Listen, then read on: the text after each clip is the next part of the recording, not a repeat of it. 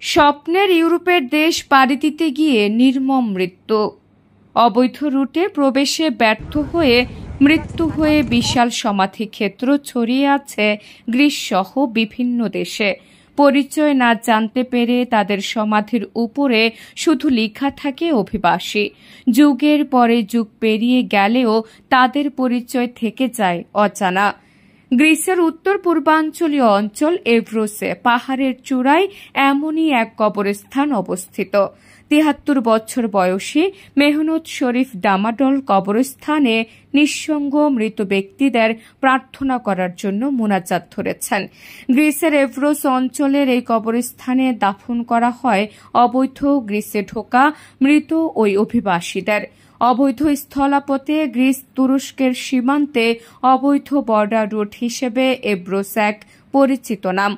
জাতিসংঘের শরণার্থী বিষয়ক সংস্থা UNHCR এর তথ্য হিসেবে গত 11 বছরে গ্রিসে প্রায় ৩,০০০-এরও বেশি অভিবাসী নদী পথে নৌকা ডুবিতে এবং ধরা পড়ে মারা গেছে। এই হতভাগ্য অবৈধ অভিবাসীদের শেষ ঠিকানা হয়েছে এই নির্জন পাহাড়ের চূড়ায় এই স্থানে।